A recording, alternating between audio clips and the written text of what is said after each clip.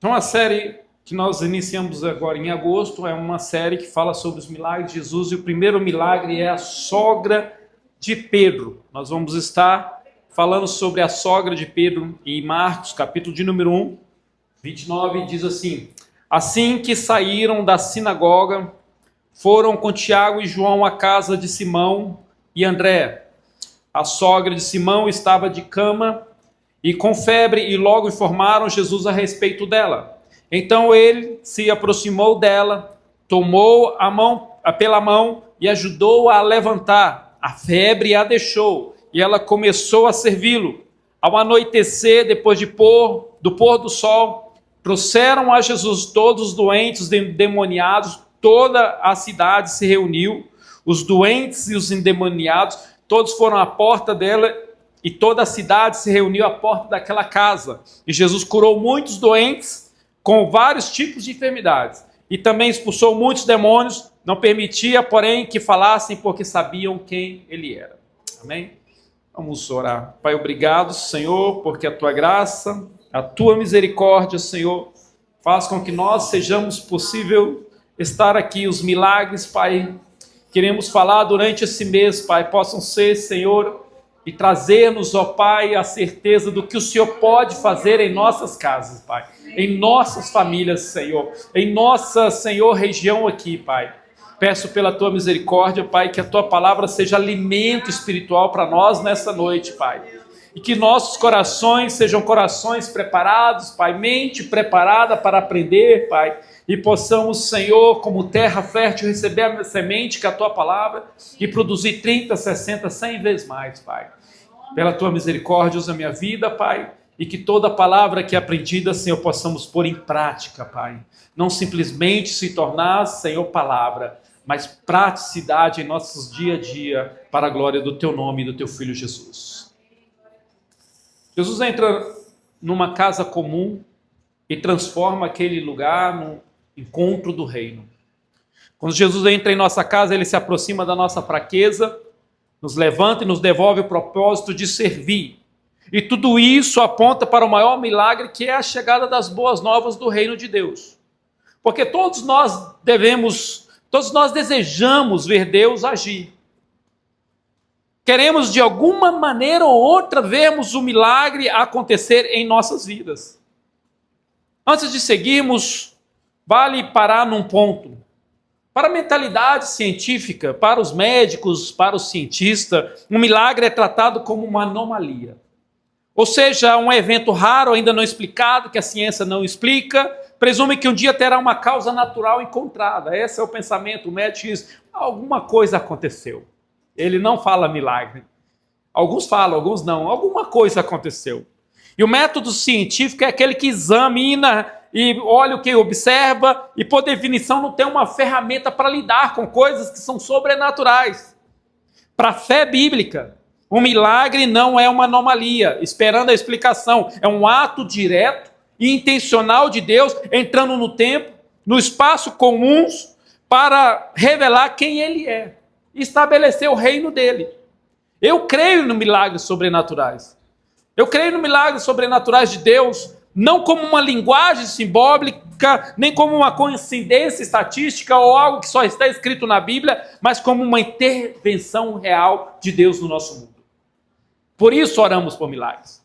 Oramos por cura, oramos pela conversão dos nossos filhos, das pessoas, nossos parentes, clamamos pela restauração de casamentos, pela libertação de famílias, de pessoas, de familiares, e pela salvação daqueles que amamos. Porque nós precisamos orar por milagres, que é o Deus que nós servimos.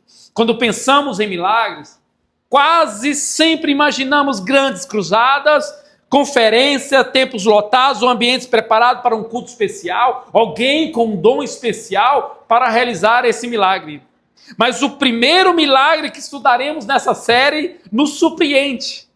Jesus não está no templo, Jesus não está no meio da multidão, não está diante da multidão, não está em um grande auditório, ele está dentro de uma casa. O primeiro milagre que eu quero falar é um milagre que acontece no particular, na vida de um cristão no seu particular, dentro da sua casa. Esse milagre É um milagre em que é narrado por 3 evangelistas. Marcos, ele escreve no capítulo 1, 29 ao 34. Mateus escreve capítulo 8, 14, 17. E Lucas 4, 38 e 41. Todos eles acrescentam detalhes diferentes. Sabe como é chamado esses 3 evangelhos? Sinóticos. Que quer dizer que são iguais na mensagem, mas eles têm detalhes diferentes. Eles não escrevem exatamente igual, porque eles têm uma visão diferente. A palavra, no sentido de visão diferente, quer dizer que do jeito que uma pessoa olha para mim, ela pode observar a minha camisa. Como outra pode observar a calça ou o sapato, mas vai observar o mesmo pastor aqui na frente. E esses evangelistas, eles observaram os milagres de Jesus e captaram algumas ideias diferentes. Cada escritor escolheu enfatizar diferentes detalhes da história para destacar características diferentes dos milagres de Jesus e da vida de Jesus. Marcos, por exemplo, nesse milagre, Marcos enfatiza a ação imediata de Jesus. Lucas, sendo médico, destaca a gravidade da enfermidade. Mateus mostra que esse milagre também cumpria as profecias do Antigo Testamento, porque ele fala mais para judeus. Mas todos concordam em um ponto: Jesus entrou numa casa. O milagre entrou numa casa. O Deus do milagre entrou numa casa. Isso não é um detalhe sem importância. É uma declaração do coração de Deus antes de atrair a multidão para a porta daquela casa, que a gente vai ver mais abaixo. Jesus primeiro entrou nela. Antes de transformar uma cidade, ele transformou um lar. E essa continua sendo a maneira como Deus costuma agir. Os milagres do reino normalmente começam em casas. A gente tem de ter essa expectativa. A ideia do nosso sermão é ter a expectativa que o nosso lar, como discípulo de Jesus, como Pedro foi discípulo de Jesus, tenha a esperança de que aconteça milagre e a confiança em Deus. Talvez hoje sua casa precisa de paz, talvez precise de reconciliação, talvez precise de perdão, talvez precise de salvação. Talvez haja alguém espiritualmente enfermo ou fisicamente enfermo dentro do seu lar. A boa notícia desse texto é que Jesus continua entrando em casas. Jesus continua entrando em casa. E quando ele entra, nada permanece igual. Quando Jesus entra numa casa, todas as coisas mudam dentro dela. Todas as coisas, as pessoas, elas mudam. E é sobre isso que nós veremos, hoje veremos então 5 marcas de uma casa visitada por Jesus. Quero falar sobre 5 marcas que acontecem dentro de uma casa quando Jesus é visitado. O versículo diz: assim que saíram da sinagoga, foram com Tiago e João à casa de Simão, que é chamado Pedro, e André. Todos relatam que Jesus entrou na casa de agora desse discípulo Pedro. Pedro era um homem casado. Sendo casado, ele contrariando assim o ensino da igreja romana, porque a igreja católica ela considera Pedro como o primeiro papa. Mas só que, de repente, proibiram os sacerdotes e o papa e todos os arcebispos de casarem, como se o celibato fosse algo divino e de ordem de Deus. Mas Pedro era casado, era o primeiro papa considerado pela igreja, isso cria uma contradição. Pedro era casado, tinha família, e Jesus entrou na sua casa. Isso nos mostra que o mistério de Jesus não se limitava ao ambiente religioso. Ele não estava interessado apenas ao que acontecia na sinagoga, ele também se importava com o que acontecia dentro das casas. Isso é muito importante para nós, porque Jesus se interessa pelo que acontece dentro das nossas casas. Aliás, durante o seu ministério, vemos Jesus entrando em lares. Ele entrou na casa de Zaqueu, na casa de Jairo, na casa de Marta, na casa de Maria e Lázaro, na casa de Levi e agora na casa de Pedro. Porque Cristo não veio apenas para transformar cultos ou o sistema religioso de Israel. Ele veio para transformar as famílias. Porque o nosso Deus é um Deus de família. Ele diz para Abraão: em você, Abraão, todas as famílias serão abençoadas da terra. Não estava especificamente só para Israel, mas para todos nós que somos agora a família de Deus. E é importante salientar, mais que frequentar o templo, Jesus escolhe as casas. Ele escolhe o encontro com o povo no caminho. Ali todas as pessoas têm acesso ao encontro de Deus. No templo só podia adentrar os sacerdotes, sumos sacerdotes, os religiosos. As mulheres, principalmente, tinha uma ala de mulheres. E tinha lugares no templo que nem entravam outras pessoas a não ser o sumo sacerdote. E agora Pedro, agora discípulo, tem sua sogra enferma. Provavelmente ela era viúva e estava morando com Pedro. Pedro acolhe ela. O fato interessante é que agora Pedro depende dos recursos do mestre. Já falei aqui que agora o discípulo, ele já não trabalha mais. Por isso que eles deixam as suas redes e vai seguir a Jesus. E o mestre recebia as ofertas, e o mestre tinha até um tesoureiro que era Judas, e sustentava o seu próprio ministério e os seus discípulos. E Pedro dependia desse sustento. Pedro depende desse recurso, uma vez que abandonou sua profissão para seguir o mestre. E Cristo observa, nesse texto que nós lemos, e ouve a intercessão dos outros, nesse acontecimento na casa de Pedro. Marcos, ele faz essa observação. O próximo versículo, logo falaram a Jesus, no próximo 31, daí mesmo informaram, pode voltar, informaram a Jesus a respeito dela. A sogra não chama Jesus. A sogra de Pedro não chama Jesus. Ela não pede ajuda, ela sequer consegue levantar-se. Outros falam por ela. Vemos aqui a importância da intercessão. Vemos aqui a importância de interceder pelas outras pessoas. Outros se tornam canal de bênção para outra pessoa. Quantas vezes Deus responde a oração de uma mãe que ora por seu filho? Quantas vezes Deus atende ao clamor de uma esposa pelo marido? Quantas vezes alcança uma família porque alguém nunca desistiu de colocá-la diante do Senhor? É a oportunidade que nós temos de sermos intercessores de pessoas. Talvez você esteja aqui pensando, meu filho não quer saber de Deus, meu marido não ora, meu marido está doente, meu marido é um ateu completamente, minha esposa endureceu o coração, minha família parece distante do Senhor. Continue levando essas pessoas a Jesus. Continue sendo intercessor, intercessora dessas pessoas. Talvez elas ainda não consigam orar, mas você pode orar por elas. Talvez elas ainda não consigam buscar o Senhor, mas você pode apresentá-la diante dele. É isso que eles fizeram. Eles informaram a Jesus sobre aquela mulher. Foi exatamente isso que aconteceu naquela casa. Antes que a mulher pudesse falar, alguém falou por ela. E é isso que acontece no reino da intercessão. Antes que alguém conheça Jesus, eu e você levantamos clamor por ele ou por ela. Então não desista de orar pela sua família. Não desista de orar pelos seus vizinhos. Não desista de orar pelas pessoas que estão ao seu redor. Que privilégio Deus nos deu de interceder por aqueles que amamos. É um privilégio você orar pela sua família, interceder pela sua família.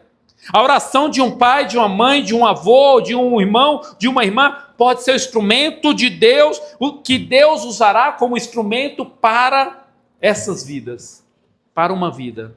E logo falaram com Jesus, logo intercederam com Jesus. E Jesus foi em direção a essa mulher. Há algo que me chama profundamente a atenção nesse texto. O milagre acontece num lugar privado, não acontece diante de milhares de pessoas, não acontece em um palco, não acontece em um auditório, acontece dentro de uma casa. Isso confronta uma ideia muito difundida em nossos dias, de que os milagres de Deus estão presos a grandes eventos. Ah, se for um grande evento na igreja, os milagres de Deus vão acontecer. Eu acredito que acontece. Ou que acontece somente em grandes campanhas ou programas religiosos. Infelizmente, muitos curandeiros da televisão transmitem a impressão que os milagres só acontecem na igreja deles. E aí eles levam e dizem aqui, ó, tá enriquecendo, virou grande empresário, e aqui que acontece o milagre. E essas pessoas, elas transmitem como seus auditórios, debaixo dos seus holofotes e debaixo dos seus métodos, como se os seus métodos funcionassem. Aqui o milagre vai acontecer num lugar privado, não no auditório público. Acredito no poder de Deus nos lares. Os lares é o lugar que o poder de Deus se manifesta e que os maiores milagres acontecerão nos nossos lares. Esse milagre ocorre na casa de Pedro. E por seguir a Cristo eu tenho de acreditar que Ele vai cuidar de tudo na minha casa. Eu tenho de acreditar que os milagres vão acontecer na minha casa, até mesmo das causas que a minha casa tem, que são impossíveis. Eu tenho de acreditar. Isso levanta uma pergunta reflexiva. Jesus tem liberdade para entrar na sua casa? Porque ele precisa estar na nossa casa para o milagre acontecer. Precisa ter essa liberdade em nossa casa. Muitos querem Jesus no culto, mas na sala de casa não querem. Querem Jesus no domingo, mas na conversa da semana esquecem quem é Jesus. Querem a bênção de Cristo, mas não sua autoridade sobre o casamento, sobre a criação de filhos, sobre as finanças e as decisões da família. Se queremos ver os milagres de Jesus, precisamos abrir as portas do nosso lar para a presença dele em todos os cômodos, em todas as áreas. Seja bem-vindo, Jesus, à minha casa, porque uma casa onde Cristo entra nunca permanece a mesma. Se você der liberdade para Jesus entrar na sua casa, haverá uma mudança grande. Antes de transformar uma cidade, Jesus escolheu transformar uma família. O primeiro milagre dele acontece dentro de uma casa, numa festa dentro de casa. Na festa de um parente que estava fazendo uma festa, ele transforma água em vinho naquela festa. E agora ele está fazendo esse milagre na casa de Pedro. A sogra de Simão estava de cama com febre, como diz o versículo. Como diz Lucas diz no capítulo 4, 38, a sogra de Simão estava com febre alta. Olha aqui, Lucas, ele é um médico. Ele escreveu o livro de Lucas, escreveu o livro de Atos. Então toda parte de medicina ele relata nos seus livros. Então ele escreve que ela estava com febre alta e pediram a Jesus que fizesse algo. Então quando Lucas destaca essa febre alta, ele quer que você saiba que é algo sério. Ainda mais grave para um adulto ter febre do que para uma criança. Você sabia que a febre é mais grave num adulto do que numa criança? E ainda mais grave, e os discípulos falam sobre a febre dela, porque principalmente naquela época os recursos eram mais escassos. Não havia remédio para combater uma febre. Enquanto estava deitada, a mulher não podia agir por si própria, dependia de outras pessoas. Provavelmente aquela mulher estava numa dependência total. E ela precisava daquelas pessoas foram intercessoras dela, mas a família de Pedro estava cuidando daquela mulher. Quem você está carregando diante de Deus essa semana, ou durante esses dias? Alguém que não tem força para pedir por si mesmo. Às vezes a gente precisa pegar essas pessoas e ajudá-las na vida. Ela dependia completamente de outras pessoas. Sua enfermidade afetava não apenas seu corpo, mas toda a dinâmica daquela casa. E é assim que acontece com as enfermidades. A enfermidade nunca atinge apenas quem está doente. Ela alcança toda a família. Quando um casamento adoece, toda a casa sofre. Quando um filho se afasta de Deus, toda a família sente a dor. Quando um pai ou a mãe perde a esperança, o lar inteiro é afetado. Quando perde um emprego, quando as finanças estão em problema, sempre é assim que acontece. Jesus entra naquela casa e encontra exatamente isso. Uma família vivendo uma situação que não conseguiria resolver sozinha. Isso nos consola. Isso nos consola. Jesus não espera que coloquemos nossa casa em ordem para ele entrar. Ele entra justamente porque ele precisa, porque aquela casa precisa dele. Ele entra justamente porque há uma necessidade dele estar ali. Cristo nunca entrou em uma casa perfeita, ele entrou em casas quebradas, ele entrou na casa de Pedro, que ainda nem era convertido direito, estava sendo discipulado por ele, e onde havia aquela enfermidade.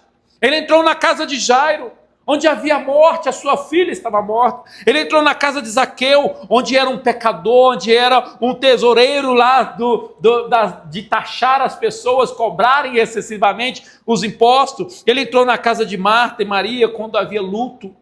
E continua entrando em lares hoje, que precisam desesperadamente da sua graça. Ele continua entrando. Qual é a necessidade da sua casa? Fale para Jesus e diga: Jesus, intervém na minha casa. Entra na minha casa, Senhor. Primeiro milagre que a gente possa acontecer na nossa casa, ou os milagres para acontecer na nossa casa, precisamos de chamar Jesus para dentro dela. Precisamos mostrar para Ele onde precisamos. Sermos sinceros, né? Senhor, abençoa a minha casa. Não, Senhor, eu preciso que esse homem se converta. Eu preciso que essa mulher seja curada. Eu preciso que isso aconteça na minha casa. Seja específico. A febre dela é alta. Precisamos ser específicos sobre a nossa casa. Eu oro especificamente por cada filho meu. Deus vai me dando discernimento do que está acontecendo. E eu oro especificamente. Eu oro pela vida da Gisele, minha esposa, especificamente. Porque Deus vai me dando discernimento. Eu vou ver o que está acontecendo pela vida do Micael. E pela minha família eu vou orando especificamente. E você precisa fazer isso. A febre dela era alta. Qual é a necessidade da sua casa? Fale para Jesus. E aí ele continuando diz que então ele se aproximou dela, tomou pela mão e ajudou ela a se levantar. Ele aproximou. Mais que procurar quem é o próximo, Jesus se torna próximo. Jesus sempre foi aquele que aproximava das pessoas. Vinha um leproso, ele aproximava do leproso, ele tocava naquele que era chamado imundo naquela época. Tomando-a pela mão, Jesus faz algo essencial para quem trabalha com pessoas doentes e com quem está na exclusão. Valorizando o toque, o abraço. Jesus valoriza sobre modo a pessoa debilitada, ele vai em direção e põe a mão sobre aquela mulher. E isso é muito importante, porque nós vivemos em uma geração que está virtualmente ligada, que até se esquece do toque. Se esquece do que é tocar. Se esquece do que é estar ali. E quando dizemos para abraçar 3 ou 4 irmãos, estamos sugerindo que o toque do abraço é algo curador. É algo que cura. Importante salientar isso. Nós, maridos, devemos abraçar, devemos beijar, devemos ser mais carinhosos com nossos esposos e assim, cada cônjuge. Devemos abraçar os nossos filhos. Devemos abraçar, eu lembro que os mais antigos não gostam disso, mas de repente você vai quebrando. Você abraça, e vai se sentindo sem graça. Aí quando você abraça de novo, vai acostumando. Aí beija, aí que, entendeu? Aí exatamente, você toca, porque é muito importante isso. E Jesus, ele faz isso, ele toca. O toque é importante, foi dado por Deus. A própria Bíblia diz que o apóstolo Pedro e o apóstolo Paulo destacam antigamente o ósculo santo, que era a aproximação fraterna de dar um beijo no rosto, que era algo fraterno que acontecia entre a igreja primitiva. E isso nos faz pensar como está você em relação ao seu próximo. As pessoas têm de entender que nós entendemos que somos pessoas que queremos tocar nas pessoas e elas sentirem a graça. Então entra no ônibus e diz bom dia, boa tarde, faça a diferença no seu ambiente. Jesus, ele fazia a diferença. Ele tocava nas pessoas, ele recebia. As crianças vinham, não, deixa elas vir, deixa elas me tocarem. Ele não impedia ninguém de estar perto dele. E a gente precisa desse carisma, dessa alegria, dessa disponibilidade de expressar o amor de Deus ao tocar as pessoas. E Jesus toca naquela mulher. Jesus aproxima e toca nela. E o milagre acontece. A febre a deixou. O texto bíblico diz que a febre a deixou e ela começou a servir. Aquela mulher recebe a cura instantânea. Instantaneamente. Isso é poderoso. Servindo, ela começa a servir. A cura vem sobre a vida dela, como eu acredito que Deus pode fazer até hoje. O toque de Jesus traz cura. Deixa Ele tocar em você. Ore e diz, Senhor, toca em mim. Se você precisa de cura, uma cura emocional, uma cura na sua vida, alguma coisa que Ele precisa curar, peça a Ele. Se você precisa que alguém seja curado, põe a sua mão como se fosse as mãos de Jesus, porque o milagre pode acontecer, e eu creio que pode. Pode acontecer. Quantas vezes eu estava em dificuldade nos Estados Unidos, que eu chegava, orava, ia lá e orava, e não encostava no jeito, porque se encostar nela, ela acorda. Aí eu punha a mão de longe assim, Senhor, abençoa minha esposa. Ora pelas portas, de manhã eu levanto para ir orar, eu ponho a mão na porta do quarto do Micael, na época o Marcos estava dormindo, orava para eles, lá em Dourados eu orava na porta de cada quarto das crianças, porque o toque de Jesus está comigo, porque eu tenho de acreditar que há milagres, que Ele pode fazer o milagre. Cria essa coragem. Cria essa dinâmica de fazer coisas que realmente você acredita de verdade, porque a Bíblia diz que precisamos acreditar, porque Deus é real para fazer, e Ele fez na vida daquela mulher. Aquela mulher é curada. E ao ser curada, o que aquela mulher faz? Ela serve. E começou a servi-lo. Servir ou servindo deve ser a resposta natural de gratidão pela obra de Deus em nossas vidas. Quando Deus nos cura, Deus nos restaura, a primeira coisa que precisamos fazer é servir o reino de Deus. Servir com nossas vidas, servir com o nosso tempo, servir com nossas finanças, servir a Deus, porque é isso que nós fazemos, porque Ele nos salvou. Levantou-se e começou imediatamente a servi-lo. Lucas e Marcos, ambos apontam isso. Lucas aponta isso porque, como médico, ele enfatiza a integralidade da cura dela. Ela foi curada a ponto de já estar servindo. Marcos aponta isso porque encaixa no tema de Marcos. O livro de Marcos fala sobre o servo, que é Jesus, que ensina-nos a servir. O fato interessante é que Jesus identificou que aquela doença tinha de ser afrontada, tanto porque maltratava o corpo, quanto porque impedia uma pessoa preciosa de cumprir o propósito dela, que é servir. É isso que é importante. Jesus precisava curar, Jesus foi curá-la pela graça de Deus e a soberania dele, ela foi curada porque via que impedia ela de servir. Naquele leito ela estava impotente, incompleta e frustrada. A enfermidade prejudicava seu corpo, tanto quanto afetava a alma, porque a enfermidade ela afeta a alma. Frustrada pela impossibilidade de ver a casa cheia, provavelmente é uma mulher que gostava de servir. Jesus levantou ela, colocou ela em pé e fez dela uma diaconisa para aquela casa. Ela começou a servir, uma pessoa livre para servir, e ela se pôs a servi-lo. Isso é muito importante. É muito importante, porque quando Jesus visita a minha vida, Ele visita para que eu possa servir o próximo, para que eu possa servir no reino dele. Eu falo com as pessoas, tem gente que Deus nunca vai dar dinheiro para ela, porque se Deus der dinheiro para ela, ela se encrenca com outra coisa. Ela compra a casa na praia, ela compra um sítio, ela compra alguma coisa, ela vai se meter nesses lugares e fica lá no final de semana e para de vir à igreja. Ela compra carro. Eu lembro de um jovem na época da minha igreja, ela comprou o carro, a primeira coisa que ele fez foi desviar. E estava orando para Deus dar o carro para ele. Deus deu um carro, ele largou Deus e saiu da igreja. Quando viu, já estava no mundo. Orou para Deus dar o carro, Deus deu o carro, mas ele perdeu os caminhos. Às vezes Deus não dá coisas por causa que pessoas vão perder no caminho. Mas tem pessoas que Deus conhece o coração dela de servir. E muitas vezes Deus a torna milionária. Tem gente rica nesse mundo que está servindo o reino de Deus. Tem gente rica nesse mundo que está servindo. Eu estive em Dourados, no Mato Grosso do Sul. A maioria das igrejas batistas foi construída por americano. Eles vinham com recurso financeiro, eles vinham com a mão de obra. Homens que eram médicos, homens que eram empresários, chegavam em Dourados e ficavam o mês inteiro construindo igrejas. E construíram igrejas, compravam material, compravam comida e abençoava, pagava pedreiro e trabalhavam juntos e Deus dando recursos, porque Deus quer nos abençoar. Sabe quando é que muda o entendimento? Quando eu entendo quando Deus quer me abençoar para servir. Não para mim viver uma regalia, mas para servir no seu reino.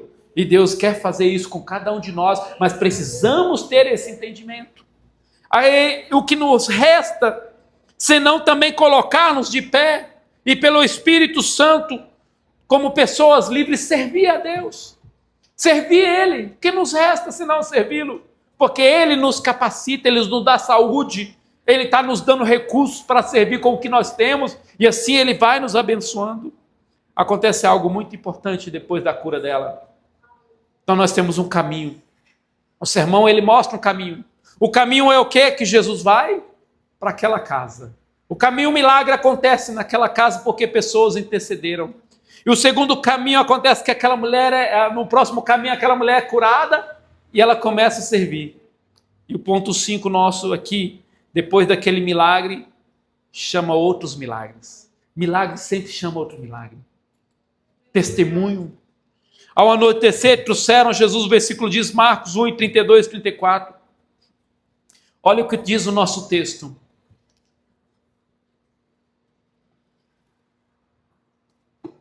Ao anoitecer, depois do pôr do sol, trouxeram a Jesus todos os doentes E os endemoniados, toda a cidade, se reuniu à porta dele. Jesus entrou e muitos doentes com vários tipos de enfermidades.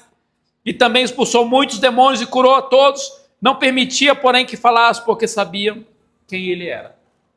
No início do seu ministério, não queria ser revelado, porque senão haveria perseguição que o levou à cruz. Marcos nos leva agora para o final daquele dia. Depois que o sol se pôs, algo extraordinário começou a acontecer. As pessoas começaram a chegar, vieram enfermos, vieram endemoniados, vieram famílias inteiras, vieram pessoas desesperadas. Marcos resume aquela cena dizendo que toda a cidade estava à porta, reunida naquela porta daquela casa. Que transformação! No início da narrativa, aquela casa era conhecida por causa de uma mulher enferma, porque uma mulher estava doente. A notícia se espalhou provavelmente. Agora ela é conhecida porque Jesus está ali. Ela é conhecida porque Jesus entrou ali. O que atrai a multidão não é a casa de Pedro, não é a sogra de Pedro, não é o milagre em si, é Jesus. Aquela casa tornou-se um lugar onde as pessoas sabiam que poderiam encontrar o Salvador. Milagre nunca é o foco é Jesus, nosso Salvador. Entenda isso. Uma casa alcançada por Cristo se torna um farol. Perceba como Deus age. Primeiro Jesus entra na casa, transforma a vida daquela família e somente então outras pessoas começam a chegar. Essa é uma importante lição para nós. Deus deseja usar os nossos lares para abençoar outras casas. Ele quer entrar e curar. Ele quer entrar e curar os nossos relacionamentos. Ele quer entrar e curar as nossas vidas, os nossos casamentos, os nossos relacionamentos com nossos filhos, as nossas doenças. Ele quer entrar e curar para que a nossa casa seja a porta para que outras pessoas conheçam Jesus. Uma casa onde Cristo reina torna-se um testemunho para os vizinhos. Os vizinhos nos observam, sabe disso? Os vizinhos sabem que nós estamos ali. Mesmo que você não fale nada, os vizinhos estão vendo. Uma casa com Cristo torna testemunho para eles. Torna-se um testemunho para os parentes. As famílias nos observam. Torna-se um testemunho para os amigos. Não porque aquela família seja perfeita, mas porque Jesus está presente nela. Muitas vezes pensamos que evangelizar começa na rua, mas muitas vezes o primeiro campo missionário é a nossa casa. Primeiro campo missionário é o nosso lar. É onde evangeliza tudo que está ao nosso redor. Cada um de nós precisamos entender isso. Precisamos entender que o lar é o lugar que Jesus quer entrar e transformar e ser um lugar para que o nome dele seja proclamado. Quando Cristo transforma uma família, essa transformação torna-se visível. Ore e tenha fé que Deus pode transformar a sua casa. Não desanime. Não deixe a voz do diabo desanimar, que a sua casa não é possível. É sim, porque o Deus que servimos é o Deus do impossível. As pessoas percebem quando há paz onde havia brigas. As pessoas percebem quando há perdão onde havia mágoa. Quando há oração onde havia indiferença. Quando há amor onde havia frieza. O lar passa a anunciar silenciosamente que Jesus continua transformando o lar. Continua transformando vidas. O lar torna-se uma referência. E aquele lar torna-se uma referência de um milagre. E aquele milagre aponta para Jesus. O milagre nunca aponta para nós. Há um detalhe que não podemos perder. Em nenhum momento o texto diz que as pessoas ficaram admiradas com a sogra de Pedro. Ninguém foi até aquela casa para conhecer Pedro. Ninguém foi para ver a mulher que havia sido curada. Todos foram por causa de Jesus. Todos foram ali por causa de Jesus e ele curou a muitos e expulsou os demoniados que estavam ali. Esse é o propósito de todo o milagre. Todo milagre precisa apontar para Cristo. O milagre nunca existe para exaltar quem recebeu, muito menos quem está orando.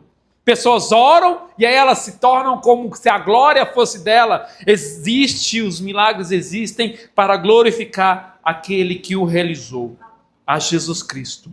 O sobrenatural. Felizmente vivemos dias em que muitos querem ser conhecidos pelos milagres que dizem ter recebido. E aí montam um espetáculo. Outros fazem questão de transformar o milagre sobrenatural em espetáculo. Esses dias abri a internet, irmão Carlos. A pessoa, fui 10 vezes no inferno. Jesus amado.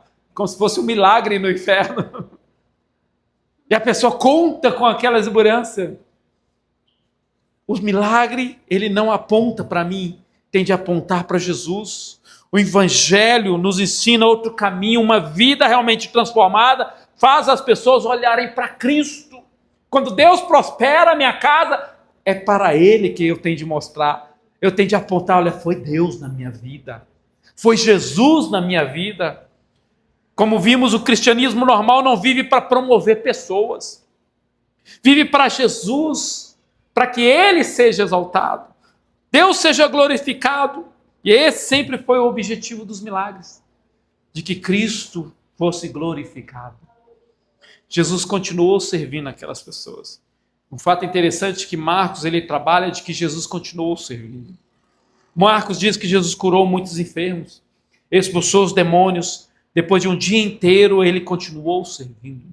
Ele via cada enfermo, cada aflito, e ao mesmo tempo Marcos registra que Jesus não permitia os demônios que falassem.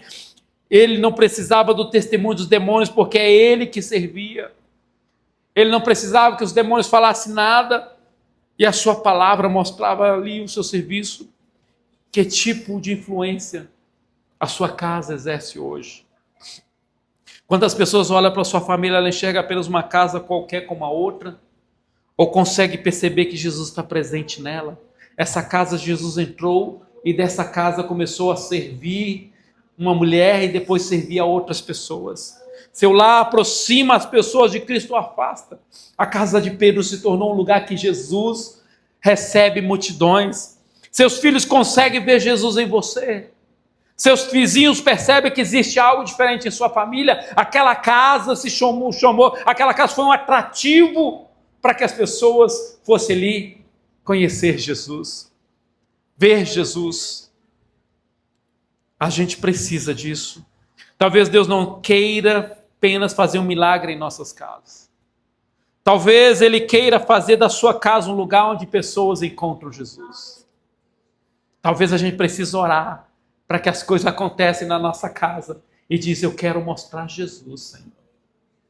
Faça as coisas acontecer na minha casa para que o teu filho se torne conhecido. Para que minha família conheça o teu filho. Para que minha família conheça Jesus. Um lugar de oração, um lugar que o lar seja um lugar de acolhimento, um lugar de discipulado, um lugar onde amigos e familiares possam experimentar o amor de Cristo. Porque uma casa visitada por Jesus nunca guarda a bênção para si. Sempre devemos expandir a bênção para as pessoas. Ela se torna uma porta aberta para que outros também conheçam o Salvador. Essa casa não diz, a glória a Deus, vamos fazer um culto de gratidão entre nós, pela cura da minha sogra. Não, vamos mostrar que Jesus está aqui nessa casa, e é isso que a minha casa e a sua casa deve ser, uma expansão para o reino de Deus. O milagre vai acontecer na nossa casa para nós crermos nisso. Então ore em favor disso. E Marcos encerra esse episódio de uma maneira muito interessante. Depois de um dia inteiro, Jesus ensinando. Um dia inteiro na sinagoga, depois expulsando demônios, entrando naquela casa de Pedro, curando sua sogra, atendendo a cidade inteira, reuniu a porta e milagres acontecendo, assim, milhares de milagres, vários enfermos, não tem uma contagem, mas várias pessoas sendo curadas ao mesmo tempo. O apóstolo João, ele diz que não cabe nos livros o tanto de milagres que Jesus fez. Gente, Jesus fez muitos milagres. Só temos poucos para falar. E aqui poderíamos imaginar que Jesus permaneceria ali.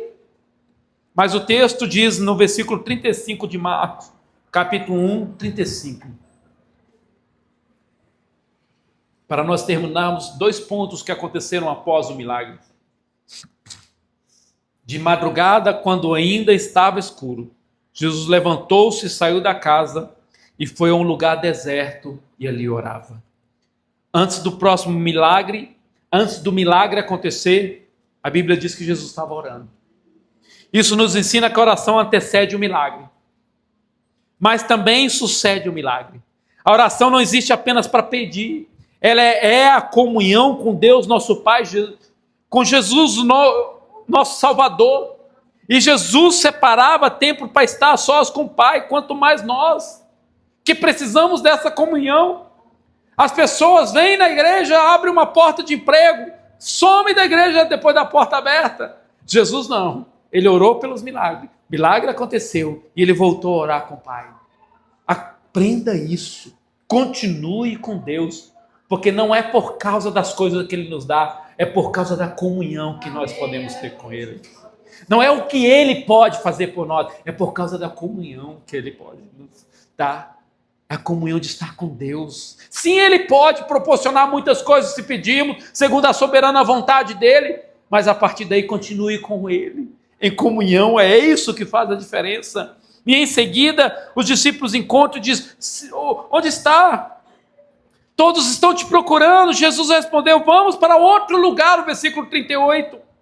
Vamos para outros povoados vizinhos, a fim de que preguemos também lá. Lucas diz no capítulo 43, que as boas novas sejam pregadas a outros lugares. Que as boas novas sejam pregadas, isso muda completamente a nossa perspectiva de milagre. Os milagres nunca foram o centro do ministério de Jesus. Eles eram sinais. É chamado de sinais, o próprio apóstolo João chama de sinais. Apontava para algo maior, apontava para o rei e para o seu reino. O maior milagre não foi a cura da febre, o maior milagre é a salvação. Para que outros conheçam as boas novas do Evangelho. O milagre não é para que a igreja se sinta boa, cheia. Não, o milagre é para que a salvação se espalhe pela terra. Deus quer prosperar a igreja para que a salvação se espalhe pelo mundo, através do evangelismo, através da plantação de igrejas, através de missões transcultural. Através disso, a sogra de Pedro voltaria a adoecer e provavelmente voltaria a morrer. Lázaro ressuscitou, mas ele morreu novamente. Todos aqueles enfermos curados naquela noite um dia morreriam, mas a salvação conquistada na cruz é eterna. A salvação é mais importante do que a propagação de qualquer milagre. Ela cura a enfermidade mais profunda do ser humano, o pecado. O pecado é a maior enfermidade que destrói as casas, que destrói os relacionamentos e as famílias. Foi por isso que Jesus veio. Ele entrou na casa de Pedro para curar uma mulher, mas entrou no mundo para salvar pecadores. E continua fazendo isso hoje. Talvez você tenha chegado aqui pedindo um milagre para a sua família. Talvez você já chegou com problemas. Chegou já pensando. Talvez você já esteja orando pela restauração do seu casamento, da sua família, dos seus filhos, pela conversão de um filho que às vezes afastou, pela cura de uma enfermidade em casa, por alguém. Continue orando. Pela prosperidade na sua vida financeira. Continue orando. Nosso Deus continua sendo poderoso para fazer milagres. Não desista da oração. Mas nunca se esqueça que o maior presente que Cristo pode te dar e dar à sua casa é a própria presença dele. É a própria presença dele. Porque uma casa pode ter saúde e ainda está perdida. Pode ter prosperidade e ainda está longe de Deus. Pode ter conforto e ainda viver sem esperança. O verdadeiro milagre acontece quando Jesus entra em um lar e passa a reinar sobre ele. Esse é o verdadeiro milagre para nossas casas. Quando Cristo entra numa casa, ele perdoa pecadores. Ele reconcilia a família, restaura relacionamento e transforma corações. E prepara aquele lar para a eternidade. Porque o maior presente, o maior milagre é quando todos nós estaremos juntos, reinando com ele nos céus. E por isso que a pergunta mais importante desse sermão não é: você precisa de um milagre. A pergunta é: Jesus já entrou na sua casa?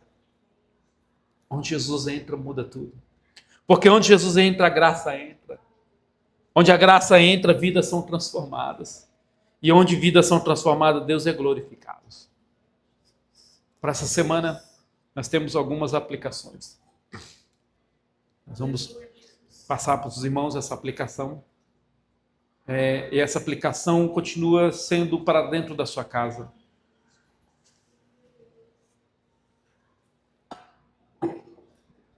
Para a semana, convide Jesus para governar o seu lar. Reserve um momento para reunir sua família, orar juntos, entregando novamente a casa ao Senhor. Convide Jesus. Senhor, entra na minha casa, Pai. Interceda por um familiar. Assim como falaram com Jesus sobre a sogra de Pedro, escolha uma pessoa da sua família e ore diariamente por ela durante essa semana. Pratique a aproximação. Demonstre o amor de Cristo com atitudes concretas. Abrace, converse, peça perdão, perdoe, fortalece seus relacionamentos dentro de casa. Sirva a sua família. Procure uma maneira prática de servir sem esperar reconhecimento. A graça recebida de Cristo deve produzir uma vida de serviço. Tudo que recebemos de Deus, precisamos servir. Faça da sua casa um testemunho. Convide alguém para um café, um momento de oração, para um culto domingo. Permita que outras pessoas percebam que Jesus é o centro da sua casa. Convide pessoas para tomar um café sem falar de Jesus e depois fala, posso fazer uma oração? Gostaria de abençoar a sua vida com uma oração. Ore todos os dias por esses pedidos.